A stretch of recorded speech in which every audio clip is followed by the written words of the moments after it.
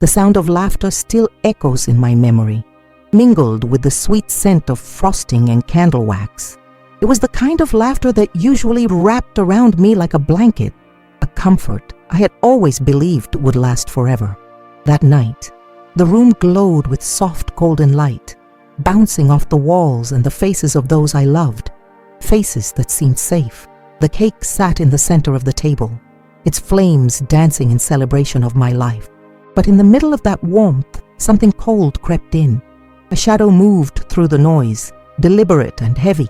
Then I felt it, his hand, strong, unyielding, fingers pressing into my arm in a grip that wasn't meant to guide but to claim. I tried to laugh it off, to pretend it was nothing because birthdays are supposed to be filled with joy. I even looked around, searching for someone's eyes to catch, someone to silently ask if they saw what was happening. But no one noticed, or maybe they didn't want to. The music and the clinking glasses covered the sound of my heartbeat, which had suddenly turned into a drum pounding inside my chest. My skin burned where his fingers dug in, the heat of his hand sinking through the thin fabric of my sleeve, and the room began to tilt in my vision. He didn't speak at first. That made it worse. The silence between his breaths felt heavier than any words could have. The celebration faded behind me as he pulled me toward the hallway, away from the light, away from the people. My shoes scraped the hardwood floor, the sound muffled by the beating in my ears. Every step seemed to drag me deeper into something I couldn't yet name, but my body already knew it was wrong. The hallway smelled of old wood and faint dust, the kind that lingers in places people rarely go. With each step, the voices from the party grew more distant until they were nothing more than muffled hums, like a radio playing far away in another house. The shift was so sudden that it felt like I had crossed into another world, one where the rules were no longer the same, a world where no one could hear me, no one could see, and no one would stop what was about to happen. I remember the faint flicker of a shadow on the wall, moving just ahead of us as the dim light from the kitchen stretched down the hall. It looked like someone else's silhouette, not mine, not his, something detached from reality. My breath caught in my throat, and I realized I hadn't spoken a word. It wasn't fear that kept me silent, not yet. It was confusion. Confusion at why he would pull me away when everyone was still singing, why his grip felt like an order I couldn't disobey. When we stopped, it was in front of a closed door. I could hear the faint murmur of voices behind it from the party, which meant we weren't far, but it felt like miles. His free hand reached for the knob slowly, deliberately, as if he wanted me to understand that this was no accident. I caught a glimpse of his eyes when he glanced down at me. There was nothing soft in them, no trace of the warmth he showed others. They were cold, fixed, and heavy with something I didn't have the language for at the time. The door opened with a low creak, the kind that seemed to echo down my spine. He guided me inside, his hand never leaving my arm. The room was darker, the air thicker, the smell of old furniture mixed with something faintly metallic, and for a moment I thought of the smell of coins after being held in sweaty hands. My eyes tried to adjust, searching for something familiar, some anchor that would tell me I was still safe, but there was nothing.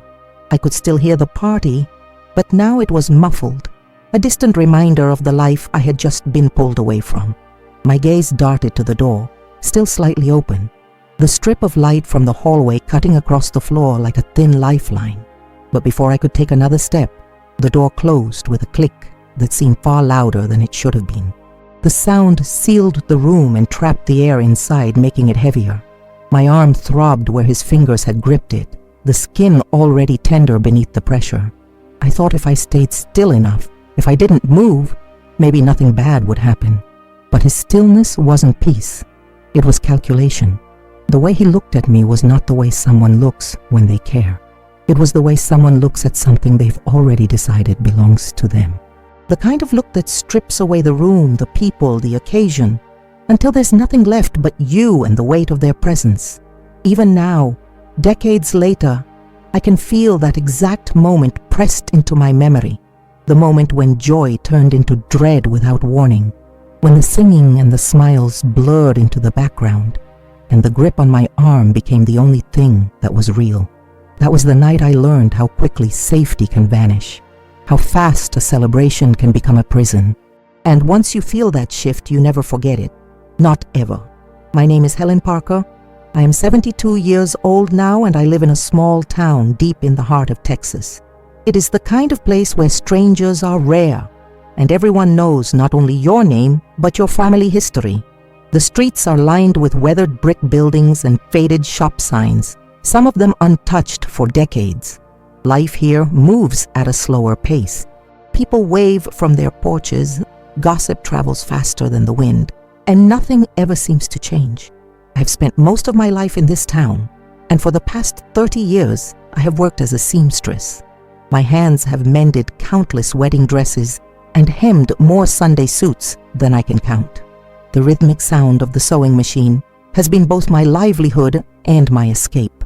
I like to think I have stitched pieces of other people's happiness into my own life, even when mine was far from perfect. Birthdays used to be my favorite days of the year, not because of gifts or cakes, but because they brought people together. I grew up believing that birthdays were a kind of magic, a pause in time when laughter felt louder and hugs lingered longer. I used to prepare for my own weeks in advance, baking my favorite pie or arranging flowers on the table. It was a ritual, a way of celebrating not just another year of life, but the people around me. There was something sacred about gathering in one room with voices singing your name. It made you feel seen. It made you feel valued. At least that is what I thought for most of my life. Our birthdays were never extravagant, but they were warm. A small circle of family, a few neighbors, sometimes a friend or two from church.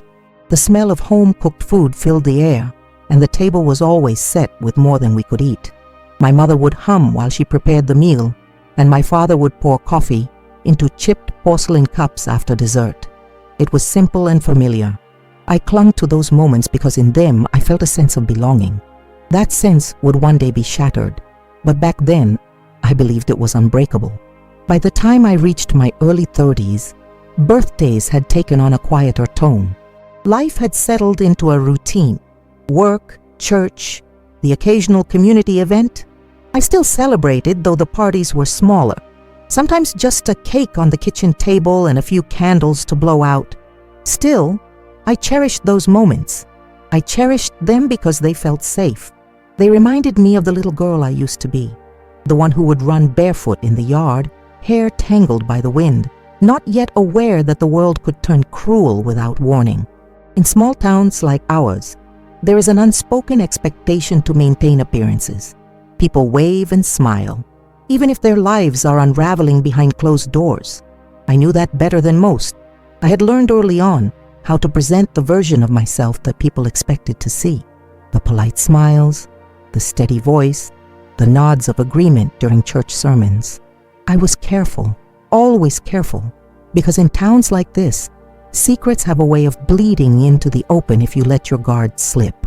That is the thing about living in a place where everyone knows you. They think they know your truth too. The year of that birthday began like any other. Work was steady, though my hands ached more than they used to from years of sewing.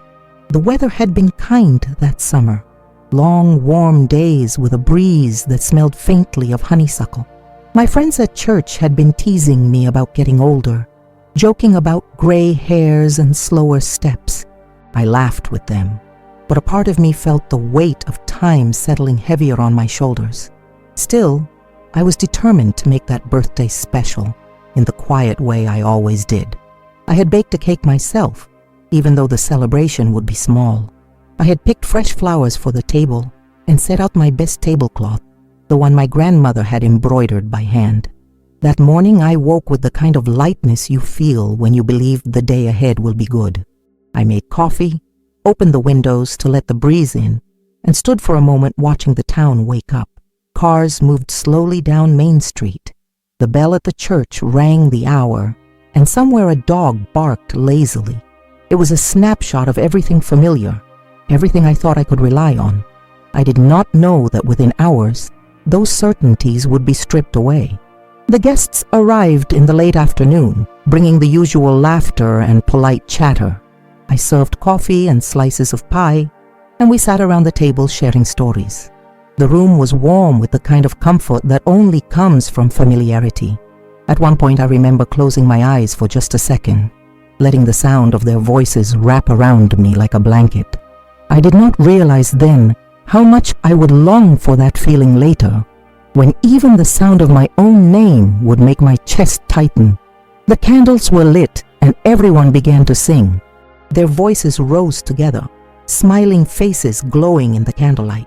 I leaned in to blow out the flames, thinking of the same wish I had made for years, a wish for peace, for safety, for the strength to keep going. I thought it was just a tradition, something we do for the sake of ceremony. But that year, I needed it more than I knew, and as I opened my eyes, as the last candle flickered out, the moment shifted in a way I could never have prepared for. I grew up in a house that to anyone passing by looked like the perfect picture of small-town respectability. The lawn was always neatly trimmed, the front porch swept clean, and the scent of fresh bread or simmering stew often drifted from the kitchen window. People who came to visit would leave believing they had just stepped into the home of a loving and stable family. My father was known as a man of integrity, someone whose word was as solid as oak.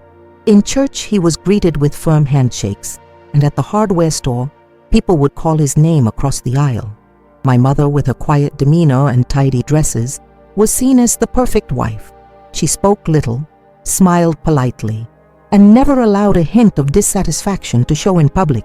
Inside those walls, though, the air felt different. There was a stillness that had nothing to do with peace. Conversations were short, functional, almost rehearsed. We did not gather around the table to share stories about our day. Instead, we ate in silence, the only sound the occasional clink of silverware against a plate. My father's eyes would sweep the table like a watchman, making sure every rule was followed, while my mother's gaze stayed low, fixed on her food. It created an unspoken lesson for me very early on, to speak less, to move carefully, and to always read the room before I dared to breathe too loudly. I remember the way he would look at me sometimes, not the way a father should look at his child. It was subtle at first, easy for others to miss, a glance that lingered a moment too long, a smile that didn't quite reach his eyes.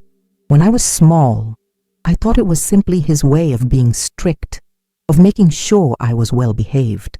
But as I grew older, I began to feel a weight in those looks, as though they carried something I could not yet name, but instinctively knew was wrong. It began with small things. He would call me into a room for no reason, and then ask me to stand closer. He would find ways to keep me nearby while he worked on something, even if I wasn't helping. Once when I was 9, I remember standing in the hallway, overhearing him tell my mother that I needed to be more obedient. His voice was calm, almost casual, but there was an edge to it that made my stomach twist. My mother didn't argue. She never did. She simply nodded, her lips pressed into a thin line, as though agreeing with him was a reflex she had perfected over the years. She had rules of her own, ones that were meant to maintain appearances. My clothes were always spotless, my hair brushed smooth, my manners impeccable. If I ever cried or showed frustration, she would send me to my room until I could compose myself. She said it was to teach me control, but what I learned instead was how to hide. Hide my feelings, hide my confusion, hide anything that might draw too much attention. There were moments that confused me deeply as a child. Times when he would place his hand on my shoulder and hold it there just a beat too long, or when he would stand behind me as I was reading and lean in closer than seemed necessary. To anyone else it would have looked normal, even caring, but to me, it felt like the air in the room grew heavier. My body would tense without me even realizing it, my fingers gripping the edge of whatever I was holding. The house itself seemed to know these moments. There were certain rooms where the light felt colder, where the walls seemed to press inward. The hallway to his study was one of them. I avoided it whenever I could, taking the long way around, even if it meant passing through the drafty back porch. And yet somehow, I often found myself there, summoned by his voice. It was never loud, He didn't have to raise it. A simple call from him carried an unspoken command that I had learned I could not refuse. At family gatherings or when neighbors came by, the tension would vanish as if it had never existed. He became the gracious host, the charming storyteller. My mother would laugh softly at his jokes, pass around plates of pie, and nod in agreement when people complimented their marriage. I would sit quietly, smiling when spoken to, all the while wondering how many of those smiles around the table could see through the surface. The first time something truly shifted was so subtle that I doubt anyone else in the world would have noticed. I was about 10, helping my mother in the kitchen when he walked in. He didn't say anything, just took a chair and sat watching us. After a while, he asked my mother to leave the room to fetch something from the cellar. The moment she stepped out, the silence between us became suffocating. He asked me to stand closer so he could see if I was growing taller. His hand rested on my arm and stayed there longer than it should have. My heartbeat roared in my ears and I could not think of a single reason why my feet would not move. When my mother returned, he pulled his hand away so casually, it was as if it had never happened. That was when I started to realize that whatever was happening was not something I could explain to anyone. It lived in the spaces between words, in glances that carried double meanings, in the quiet moments when no one else was looking. I was still too young to understand its full weight, but old enough to know that it was something I had to survive silently. The rules of our house were clear. You did not question him. You did not challenge her silence. And you certainly did not speak of things that might make people see us differently. Even now, when I think about those years, I can still feel the way the air would change in an instant. How quickly the warmth of an ordinary day could be replaced by a chill that made the hairs on my arms stand on end. It was like living with two versions of the same man and two versions of the same mother. One for the world outside, polished and admired. One for the world inside, controlled and watched.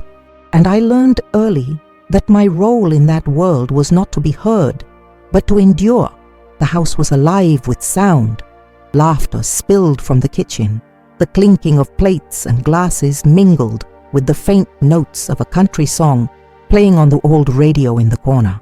The smell of freshly baked cake mixed with the aroma of coffee brewing on the stove, and the air felt thick with warmth and familiarity. People leaned in close to talk, their voices overlapping in a comforting hum.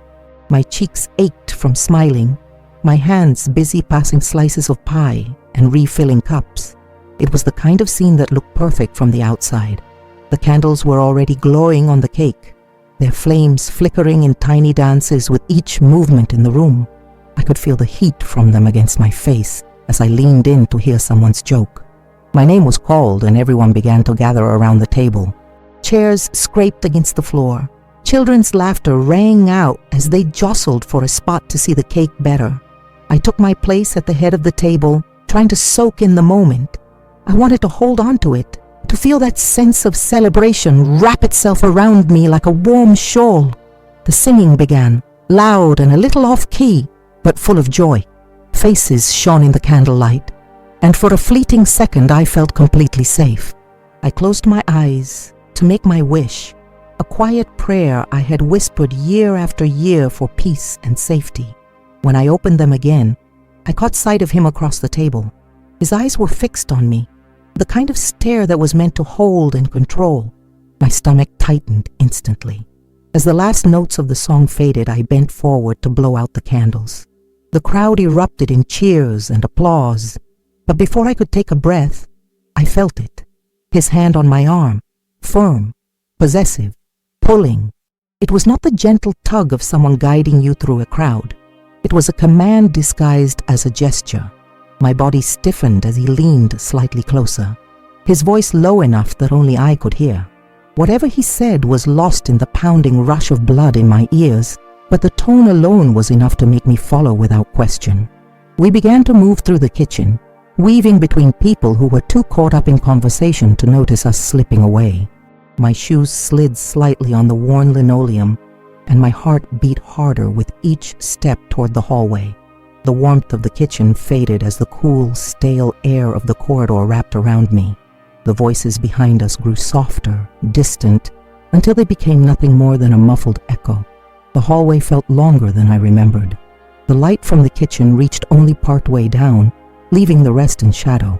My arms throbbed under the pressure of his grip, and I could feel the fabric of my sleeve twisting slightly under his hand. I glanced once over my shoulder, hoping to catch someone's eye, but no one was looking. No one saw. No one followed. He led me to a door I rarely used, one that stayed closed most of the time. The paint was chipped around the edges, and the doorknob was cold when his hand wrapped around it. The hinges groaned softly as it swung open, revealing a room that was dim and still. The smell hit me first. It was a mix of dust, old wood, and something metallic that made the back of my throat taste bitter. A thin shaft of light cut through the window blinds, falling across the floor like a single spotlight in an otherwise empty theater. Inside, the air felt heavier, as if it hadn't been moved in years. My eyes darted around, searching for something familiar, some anchor that could tell me this was just another room in the house. But it didn't feel like the rest of the house. It felt separate, removed, as if the walls themselves were keeping a secret. The faint sound of laughter from the kitchen seeped through the walls, so muted it could have been coming from another lifetime. He closed the door behind us. The click of the latch was quiet but final. My breath caught, and I realized I was holding it, as though breathing too loudly might make things worse. He didn't speak right away. Instead, he stood there, his eyes on me in a way that made the small room feel even smaller. The shadows seemed to stretch across the floor, reaching for me, pulling me further away from the safety I had felt just minutes before. Every instinct in my body told me to leave, but my feet stayed rooted to the spot. My heart pounded in my chest, each beat heavy enough to make my ribs ache. I could feel my palms growing damp, my fingers curling slightly as if preparing to push away something unseen. The silence was thick, broken only by the faint ticking of a clock somewhere in the house. I tried to focus on the window, on that sliver of light cutting through the dark, but even that felt out of reach. His presence filled the room like a weight pressing down on my shoulders. It was the same weight I had felt in smaller moments before, moments that I had brushed off or buried deep enough to pretend they didn't matter. But here, in this space, there was no way to bury it. The walls were too close, the air too thin, and the memory of the party outside already fading like a dream I could not hold on to. I didn't know what was going to happen next, but I knew with absolute certainty that the celebration was over. Whatever joy had filled that house had stopped at the door behind me, and what was left in this room was something entirely different. Something that had been waiting for its moment, and now it had arrived. That birthday became the beginning of something I would carry with me for the rest of my life. After that night, there was a shift so sharp I could almost feel it in my bones. It was as if a door had been opened to a place I never knew existed, and once I was inside, there was no way out. The house, the people in it, even the air I breathed seemed different. Every corner felt like it was watching me. Every sound seemed sharper. His presence, once a constant but background force, became something I felt in every room, whether he was there or not. At first the changes were subtle. He would call my name from another part of the house, and I would feel my stomach tighten before I even turned my head. Sometimes he would appear in a doorway without warning, his eyes fixed on me in that way that froze me where I stood. The grip he had on my arm that night was replaced with touches that felt casual on the surface, but carried an unspoken message that I could not escape. There was no safety in daylight, no safety in the spaces between family meals or chores. Every moment had the potential to be claimed by him. The commands began quietly. He never raised his voice. He did not need to. A single word from him carried weight enough to pin me in place. Come here. Stay still. Look at me. Words that would mean nothing to anyone else became instructions I had no choice but to obey. I learned quickly that resistance only made things worse. I became skilled at reading the smallest changes in his tone, the way his hand might linger on a table, or the way he would step closer without speaking. These were warnings. My survival depended on recognizing them before it was too late. He found ways to make sure we were alone. Sometimes it was under the pretense of helping with a chore. Sometimes it was in the quiet moments when my mother had gone to the store or was hanging laundry outside. The moments were planned but made to seem accidental. He would appear suddenly, filling the doorway, cutting off any exit before I could think of one. I learned that my movements, my voice, even the way I breathed had to be controlled. If I showed fear, he fed on it. If I showed defiance, he crushed it. My mother's silence became a wall I could not climb. She never asked why I flinched when he brushed past me. She never questioned why I left rooms so quickly. I tried once to speak, to tell her something without saying it directly. She stopped me with a look, one that told me she did not want to hear. Whether it was because she truly did not believe me, or because she was too afraid to know the truth, I could not tell. All I knew was that she would not be the one to help me. That realization was a wound, almost as deep as the one he was carving into me. Weeks blurred into months, and the boundaries of my life shrank. I no longer saw the world as rooms and doors, but as safe zones and danger zones. The living room during the day was safe if others were around. The hallway to his study was never safe. The kitchen was safe when my mother was cooking, but not when she left to answer the phone. I mapped my movements carefully, like someone navigating a minefield. One wrong step, and I knew what would follow. The abuse deepened over time, each incident eroding a little more of who I was. He did not just take control of my body. He claimed pieces of my mind. He made me believe that silence was my only option, that no one would understand, that I was somehow complicit because I did not fight harder. These were lies, but they were powerful. They made me doubt my own memories, my own worth. They kept me trapped in a cycle where fear became as familiar as breathing. There were nights when I would lie awake in my bed, staring at the ceiling, listening for the sound of footsteps. Sometimes they came, sometimes they didn't, but the waiting was its own kind of torture. The shadows in my room would shift with the headlights of passing cars, and each one made my heart race. I began to dream of being anywhere else, even places I had never seen, just so I could imagine a life without this constant shadow hanging over me. I remember one winter evening when I was sitting at the kitchen table, pretending to read a book. My hands were steady, my eyes moving over the words, but I wasn't absorbing anything. I was listening for him. I heard the floor creak behind me and every muscle in my body locked. He didn't speak. He didn't have to. His hand came to rest on my shoulder, and even through the fabric of my sweater, I felt the weight of it.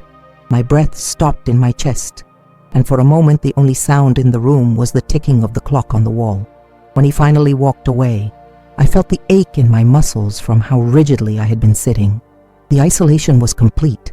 I could be in a room full of people and still feel entirely alone. I carried my fear like a hidden scar, one no one wanted to see. It changed the way I moved, the way I spoke, the way I thought about myself. I began to see myself not as someone who could be protected, but as someone who had to endure. Endurance became my only skill, my only weapon. Even though it came at the cost of losing pieces of myself, I feared I would never get back. By the time I realized how deep the damage ran, I was no longer the girl who had blown out candles on her birthday cake with a room full of smiling faces. I had become someone else entirely, someone who measured every moment by how close it brought me to him, or how far it allowed me to stay away. And in that version of my life, joy was no longer something I could trust. It had become a disguise, a fragile surface that could be ripped away without warning, leaving only the truth I had learned to fear. It took years before anyone saw through the silence I had wrapped around myself. By then, I had mastered the art of moving without drawing attention, of speaking only when spoken to, of carrying my fear like it was part of my skin. I believed that this was simply the life I had been given, and that no one would care to change it. Then one day, without warning, the smallest gesture cracked the walls I had built. It was a school afternoon when my teacher asked me to stay behind after class. She had a softness in her voice that made me uneasy, because kindness had become unfamiliar. She said she had noticed I never looked anyone in the eye, that I startled at sudden noises, that I kept my shoulders hunched as if trying to disappear. I tried to laugh it off, to give her the polite answers I had learned to give, but she didn't accept them. She waited in silence until the weight of it pushed the truth to the surface. The words came out in fragments, tangled with tears I hadn't allowed myself to shed in years. I told her pieces, not everything, but enough. Enough for her to understand that something was very wrong in my home. She didn't interrupt. She didn't question whether I was telling the truth. She simply placed her hand over mine, steady and warm, and told me I was safe in that moment. What happened next moved faster than I could comprehend. Meetings with people I had never met before. Quiet conversations behind closed doors. Plans whispered so he wouldn't hear. There was a day when I was told to pack a small bag, only what I could carry. I remember standing in my room looking at the objects around me and realizing most of them had no meaning anymore. The only thing I truly wanted to take with me was freedom. When the moment came, it happened quietly. I was walked out of that house in the afternoon light, the air cool and sharp against my face. There was no shouting, no dramatic scene, just the sound of my own footsteps as I crossed a threshold I had been trapped behind for far too long. I didn't turn back to see if he was watching from a window. I didn't need to. That chapter was closing whether he wanted it to or not. The place I went to was unfamiliar but carried no shadows. I could breathe there. The first night I slept in a bed where I wasn't listening for footsteps was strange, almost disorienting. I woke up several times, expecting to see the shape of a doorway, lit by the faint glow of a hall light, but there was only stillness. It would take years before I stopped expecting danger to enter the room uninvited. Healing was not quick. It wasn't even steady. There were days when the weight of memory felt just as heavy as it had in that house. But there were also days when sunlight on my face felt like proof that I had survived. I learned to speak without fear of the words being used against me. I learned to stand without waiting for permission. I learned that my life was mine, and that the girl who once believed safety could be stolen forever was wrong. Safety can be rebuilt, slowly, painfully, but it can be made real again. Even now, decades later, the scars are there. They are not visible, but they shape the way I see the world. They make me notice the quiet pain in others, the way someone's voice can catch in the middle of a sentence, the way a person's eyes dart away when asked about their home. I carry those observations not as burdens, but as reminders that survival comes in many forms. I have often been asked if I ever forgave them. Forgiveness, for me, is not about erasing what happened.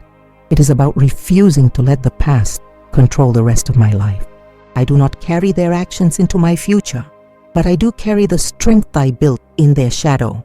And that strength has given me the life I was told I would never have. If you are listening to this, and you recognize even a piece of yourself in my story, I want you to know that silence is not the only option. There are people who will believe you. There are doors that will open for you, even if you cannot see them yet. I am living proof that what feels permanent can end, and that there is a version of you waiting on the other side who is free. Thank you for giving me your time and your heart by listening to my story. Every ear that hears it becomes another witness to a truth that should never have been hidden. If this touched you, I hope you stay with me, because there are more voices, more stories, and more truths that deserve to be heard. The next one is already waiting for you on the screen, ready to remind you that even in the darkest places, there is always a way out.